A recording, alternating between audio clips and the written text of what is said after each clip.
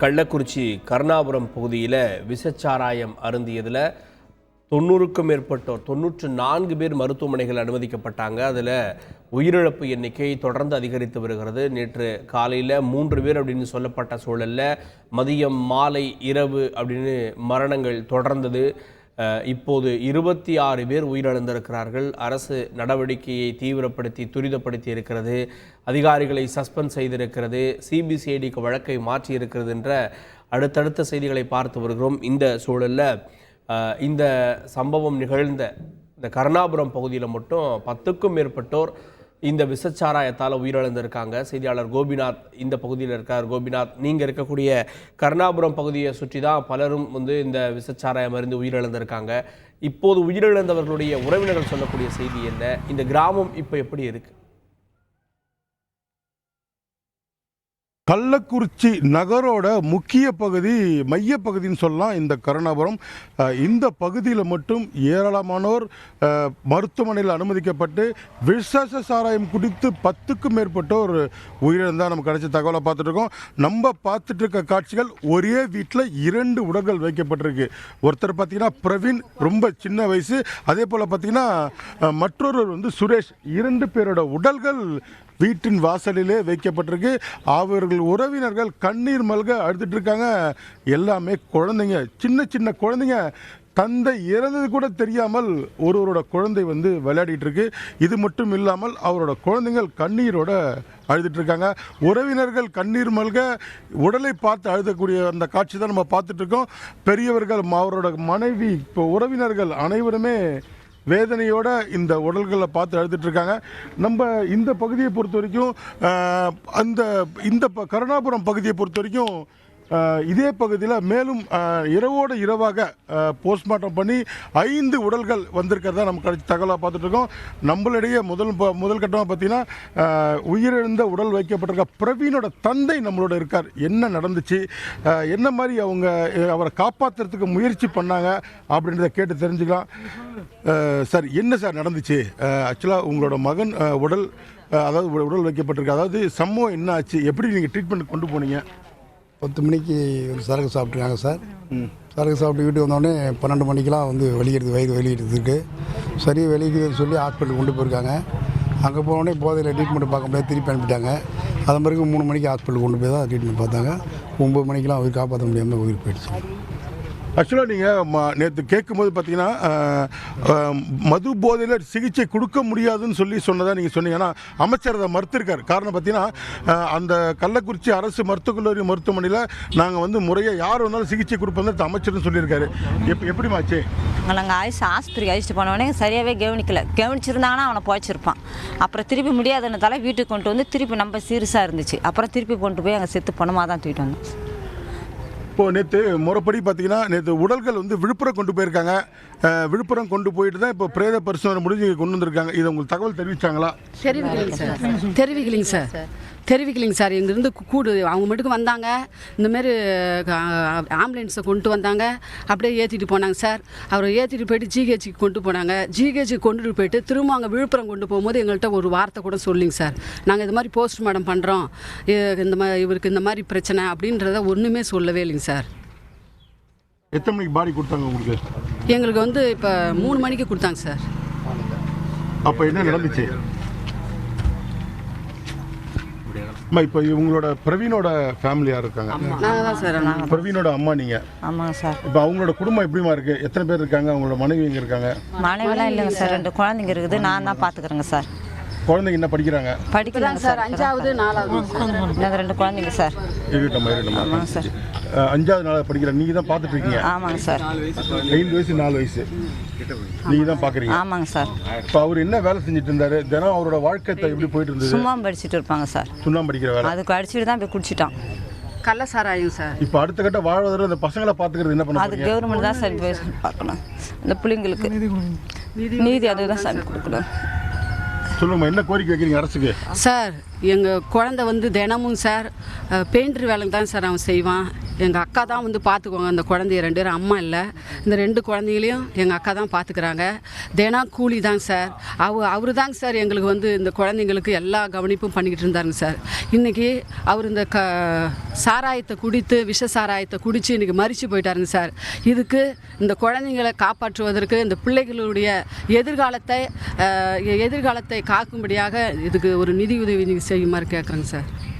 தமிழக அரசு நிதி ஒதுக்கிற குழந்தைங்களை காப்பாற்ற வேண்டும் என்பதற்காக இவங்க ஏன்னா தாய் தான் இருக்காங்க, தந்தை தான் இருக்காங்க. ஆக்சுவலாக தந்தை இழந்த இந்த குழந்தைகளை காப்பாற்ற அரசு நடவடிக்கை மேற்கொண்டிருக்காங்க. இதே போல் மற்றொரு இருக்கார், கேட்டு தெரிஞ்சுக்கலாம். இந்த மாதிரி பாதிப்பு சார், இந்த குடும்பம் எப்படி நடத்து வாழ்வாதாரம் பண்ண போகிறாங்க சார்? இதுக்கு பிறகு அவங்க எப்படி வாழ்க்கை நடத்த போகிறாங்க தெரியலைங்க சார். என்ன நடந்தது சார்? ஆக்சுவலாக எத்தனை பேர் இந்த பகுதியில் பாதிக்கப்பட்டிருக்காங்க? மொத்தம் இங்கே இருக்கிறது மட்டும் எனக்கு தெரிஞ்ச ஒரு 5 பேருங்க சார். இன்னும் எவ்வளோ பேருக்கு என்ன சீரியஸாக இருக்குன்னு சொல்லியிருக்காங்க. சொல்லுங்கம்மா, இது எப்படி பார்க்குறீங்க? என்ன அரசுக்கு கோரிக்கை வைக்கிறீங்க சார்? அரசு இந்த சாராயத்தையே ஒழிக்கணும் சார். இந்த சாராயத்தினால நிறைய குடும்பம் பாதிக்கப்பட்டிருக்கு. எங்கள் குடும்பம் மாதிரி பல குடும்பம் சார். இந்த பிள்ளைங்களுக்கு அம்மாவும் இல்லை, அப்பாவும் இல்லை. அப்பாவை நம்பி தான் இந்த பிள்ளைங்க இருந்தாங்க. இப்போ அப்பாவும் இல்லைங்க சார். இந்த கவர்மெண்ட்டு தான் பார்த்து இந்த பிள்ளைங்களுக்கு ஏதாவது செய்யணும். இவங்க வளர்கிறதுக்கு, இவங்க படிக்கிறதுக்கு தேவையானதை செஞ்சு கொடுக்கணும் சார். கூலி வேலை தான் சார் எங்கள் பையன் செஞ்சுக்கிட்டு இருந்தான். பெயிண்ட் அடிச்சுட்டு வந்து தான் காசு கொடுப்பான். அவன் பெயிண்ட் அடிச்சுட்டு வேலை முடிச்சுட்டு சாராய கடைக்கு போய் சாராயம் குடிச்சிட்டு வந்து படுத்து எந்திரிச்சவன் தான். வயிறு வலிக்குதுமான்னு சொல்லிவிட்டு வயிறு எரியுதுன்னு உடனே கண் பார்வையை மறைச்சிருச்சு. ஹாஸ்பிட்டலுக்கு கொண்டு போனோடனே குடிச்சிட்டு இருக்காங்க. இவங்களுக்கு வந்து எந்த சிகிச்சையும் தர முடியாதுன்னு சொல்லிட்டாங்க. உடனே அங்கே திருப்பி வீட்டுக்கு எடுத்துகிட்டு வந்துட்டோம். அவ்வளோ உடனே எங்கள் பையன் இறந்துட்டான். அங்கேவே இறந்துட்டான். ஆனால் அது கூட எங்களுக்கு சரியாக தெரியல. எதுவுமே சொல்லலைங்க சார். எங்கள் பையனை பார்த்து எதுவுமே சொல்லலை. இப்போம்மா அவர் வேலைக்கு போயிட்டு வந்து குடிப்பாருன்னு சொல்கிறீங்க. அதை நீங்கள் அவருக்கு அறிவுரை சொல்லியிருக்கீங்களா? சொல்லியிருக்கோம் சார். எப்பயோ ஒரு டைம் உடம்பு வலினா குடிப்பாங்க சார். அப்போ ஒரு வாரம் குடிக்கலைங்க சார். எதரிச்சியா அன்றைக்கி ரொம்ப உடம்பு பெயினாக இருக்குன்னு சொல்லிட்டு போய் குடிச்சிட்டான். குடிச்சிட்டு வந்து படுத்து வீட்டில் தான் தூங்கினான். வேறு எங்கேயுமே போகலிங்க சார். அந்த சாராயத்தினால தான் சார் எங்கள் பையன் உயிரே போச்சு. அந்த உயிர் போனதை இன்னும் இருக்கிற 2 சின்ன பிள்ளைங்களே எப்படி சார் இவங்கள அப்பா இல்லாமல் இவங்களை எப்படி சார் சமாதானம் பண்ணி நாங்கள் வளர்க்குறது? நேத்திலேருந்து இந்த பையன் அப்பா வேணும்னு அழுகுறாங்க சார். ஏற்கனவே அம்மாவையும் இழந்துட்டுருக்காங்க சார் இந்த குழந்தைங்க. எல்லாம் அதிகாரிங்க எல்லாம் இந்த பிள்ளைங்களுக்கு ஏதாவது ஒரு நல்லது பண்ணுங்க சார்.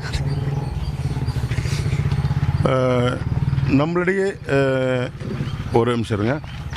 இந்த மாதிரிமா நீங்கள் சொல்ல விரும்புகிறீங்க? என்ன சார்? நேற்று காலையிலேருந்து நல்லா பேசிட்டு தாங்க சார் இருந்தார். நேற்று சாயங்காலமாக குடிக்க போயிட்டு இருந்தார். 3 மணிக்கு மேலே 3 மணிக்கு மேலே வயிறு வலிக்குது, நெஞ்சு வலிக்குது, வயிற்ற பரட்டுது, கண்ணு தெரியல, காது கேட்கல, வாயிலேருந்து ஒரு பேச்சு வரலிங்க சார். கையெல்லாம் இழுத்துக்குச்சு, என்னை வலிக்குது, என்னமோ ஆயிடுச்சு, எனக்கு என்னமோ ஆகுதுன்னு சொன்னிச்சிங்க சார். அப்புறம் நாங்கள் அழுவிட்டு ஹாஸ்பிட்டலுக்கு தூக்கிட்டு போனோங்க சார். தூக்கிட்டு போகும்போது அங்கே போனோன்னே அவர் இறந்துட்டாருன்னு சொன்னாருங்க சார். என்னமோ கலந்து கொடுத்துட்டாருங்க சார். எங்கள் வீட்டுக்கார் மூட்டை தாங்க சார் தூக்குறாரு. பொண்ணு +2 படிக்குதுங்க சார். பொண்ணு படித்து பேரால் ஆகணும், போலீஸ் ஆகணும்னு சொன்னாருங்க சார். எங்கள்கிட்ட எந்த இதுவும் இல்லைங்க சார். என் பொண்ணு படிக்க அரசாங்கத்துலேருந்து ஏதாச்சும் எனக்கு நிதி உதவி வாங்கித்தாங்க சார். நான் என்னாலையும் எங்கேயும் வேலைக்கு செய்ய முடியாதுங்க சார். எனக்கு ரொம்ப கால் வலிங்க சார். என்னால் இந்த ஊரே கேட்டு பாருங்க சார், என்னால் எந்த வேலையும் செய்ய முடியாதுங்க சார். பொண்ணு காப்பாற்று, என் பொண்ணை ஒரு நல்ல படிப்பு படிக்க வைக்கணுங்க சார். அதான் நீங்கள் தாங்க சார் அரசாங்கத்துக்கு தெரிவித்து எங்களுக்கு ஒரு உதவி செய்யணுங்க சார். எங்கள் நாத்தனா பையன் அவனும் இறந்துட்டாங்க சார், பிரவீனு. அந்த அதுக்கு குழந்தைங்களை பார்த்தா இல்லைங்க சார். இதெல்லாம் நீங்கள் தான் அவங்களுக்கு அறிவித்து எங்களுக்கு ஒரு நல்ல ஒரு உதவியை நீங்கள் வாங்கி கொடுக்கணுங்க சார். இப்போது இந்த பாதிப்புக்கு காரணம் அரசு நடவடிக்கை எடுத்துருக்குன்னு சொல்லியிருக்காங்க சார். தொடர்ந்து நடக்காமல் இருக்கிறது என்ன பண்ணணும்னு நினைக்கிறீங்க? ஏன்னா உங்கள் பகுதி தான் அதிகபட்சமாக பாதிச்சிருக்காங்க சார். அந்த சாராய கடையே இருக்கும் சார். இந்த ஏழை குடும்பத்துக்கு நல்ல இது செய்யுங்க சார். அந்த பிள்ளை இருக்கக்கூடாதுங்க சார். இதுமாரி யாருமே ஆகக்கூடாதுங்க சார். எங்களோட போட்டுங்க சார். இனி சாராய கொடைக்கு ஒரு முடிவு கட்டணுங்க சார். யாரும் எந்த பொண்ணுங்களும் பாதிக்கப்படக்கூடாது, எந்த குழந்தைங்களுக்கு தகப்பம் இல்லாமல் போகக்கூடாது சாமி. அதை முதல்ல நீங்கள் செய்யுங்க சார். அதை முதல்ல சிஎம்க்கு இப்போ நீங்கள் ஃபார்வர்ட் பண்ணி ஒரு நல்ல முடிவை எடுங்க சார். இந்த இடத்துல கருணாபுரத்தில் இனிமேல் சாராய கடையே இருக்கக்கூடாதுங்க சார். அதுதாங்க சார் நாங்கள் கேட்குறோம். இந்த சாராய கடை எவ்வளோ நாளமா இந்த ஊரில் இருக்கு? எவ்வளோ நாளாக இருக்குதுங்க சார், எவ்வளோ நாளுங்க சார் இருக்குதுங்க சார். யாருமே எதுவுமே கண்டுக்கிறது இல்லைங்க சார். அவங்களும் நாங்களாம் அவங்கவுங்க வீட்டுக்காரர்கிட்ட சண்டை தாங்க சார் அடிச்சுட்டு கிடக்குறோம். திட்டுவோம், சண்டை போடுவோம், எல்லாம் இது பண்ணுவோம். அவங்க என்ன கலந்து கொடுக்குறாங்களோ அதுக்கு டெய்லியும் குடிச்சிட்டு. ஆனால் நேற்று என்ன கலந்து கொடுத்தாங்களோ தெரியலிங்க சார். கள்ளச்சாராயம் கொடுத்துட்டாங்க பழகுதுங்க சார். எல்லாரையும் இப்போயும் இப்போ நியூஸில் பார்த்தா 18 பேருன்னு இருக்குதுங்க சார். ஆனால் எங்கள் கருணாபுரத்துலேயே இப்போ ஒரு 7 பேருக்கு மேலே இறந்துக்கிட்டே இருக்கிறாங்க சார். இன்னும் யார் இறக்குறாங்கன்னு இன்னும் தெரியலிங்க சார். இவங்க இறந்துட்டாங்க, அவங்க இறந்துட்டாங்கன்னு சொல்லிட்டு தாங்க சார் இருக்காங்க. ஆனால் எத்தனை மறைக்கிறாங்கன்னு ஒன்றும் தெரியலிங்க சார். உயிரிழந்த ஒரு குடும்பத்தில் இருக்கிறவங்களோட கோரிக்கை முறையாக அரசு நடவடிக்கை எடுத்து முற்றிலுமாக இந்த பகுதியில் சாராயத்தை ஒழிக்க நடவடிக்கை எடுக்கணுன்றதான் அவங்களோட கோரிக்கையாக இருக்குது. தொடர்ந்து இந்த பகுதி அழுகையோட இவங்க காரணம் பார்த்தீங்கன்னா உறவினர்களை இழந்து உடல்கள் வீட்டு வாசலில் வச்சுருக்காங்க. தொடர்ந்து அரசு நடவடிக்கை எடுக்கணும். இறந்தோட குடும்பத்துக்கு முறையாக அரசு நிவாரணம் வழங்கணும். ஏற்கனவே பார்த்தீங்கன்னா இருக்கிற குழந்தைகள் எல்லாமே கை குழந்தைகள், இந்த பெண் குழந்தைகள், சிறிய குழந்தைங்களை மேலும் அவங்களோட எதிர்காலத்தை வாழ்வாதாரத்தை காப்பாற்றுவதற்கு முறையாக அரசு நிவாரணம் வழங்கி தங்களோட குடும்பத்தை காப்பாற்றணும் என்று உயிரிழந்தவரோட குடும்பத்தினர் தெரிவித்த தகவலை பார்த்துட்டு இருக்கோம். கருணாபுரம் கண்ணீர்புரமாக மாறி இருக்கிறது. ஒரு நொடியில 2 குழந்தைகள் தந்தையை இழந்திருக்கிறது. ஏற்கனவே தாயும் இல்லை, ஒரு நிகழ்வில் 2 குழந்தைகள் அனாதையாக நிற்கிறது அப்படின்றத கண்ணீரோட காட்சிகளாக அவருடைய பெற்றோர்கள் விளக்குனாங்க. செய்திகளை உடனுக்குடன் தெரிந்து கொள்ள உடனே சப்ஸ்கிரைப் பண்ணுங்க.